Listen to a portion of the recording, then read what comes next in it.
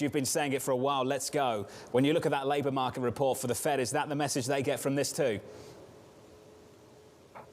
Yeah, there's nothing in the report that will change what the Fed signaled earlier. It is a confusing report.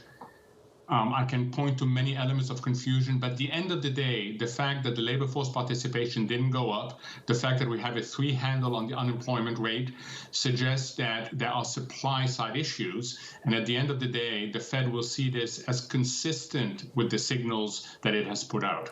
There's a belief, Mohamed, that we're now in a moment where it's show me why I should not hike, not show me why I should. The bond market's responding in that way too. Yields are higher on 10s by 4 basis points to 176. We're through 90 on the front end on a 2-year up by 4 basis points as well. Is that where we're at right now? Is that where the bar is, Mohamed, going into the March meeting? Never mind the next meeting, but the meeting at the end of this first quarter. Is that where we're at? Show me why I should not hike. Yes, absolutely. And the markets are reacting as if this report, if anything, will make the Fed somewhat more hawkish. And there's a good reason for that, John. It's inflationary expectations.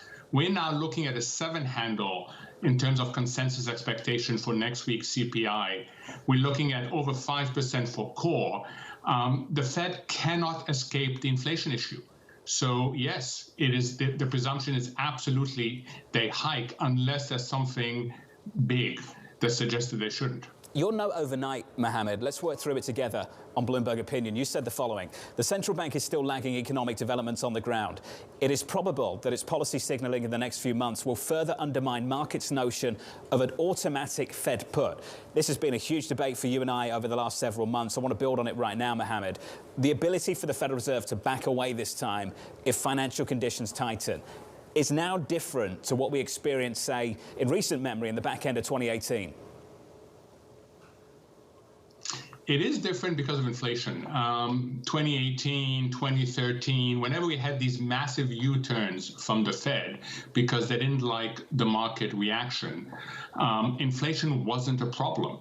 Now inflation is an issue. And John, inflation will come down by the end of 2022. The big issue is how it comes down, not whether it's going to come down. It will come down, but how will it come down? Will it come down in an orderly fashion, or will it come down because the Fed is forced to over-tighten? That's the issue that's facing the market. But look, whichever way you look at it, the Fed has more difficulties doing a U-turn this time around because of what's happening to the inflation dynamics.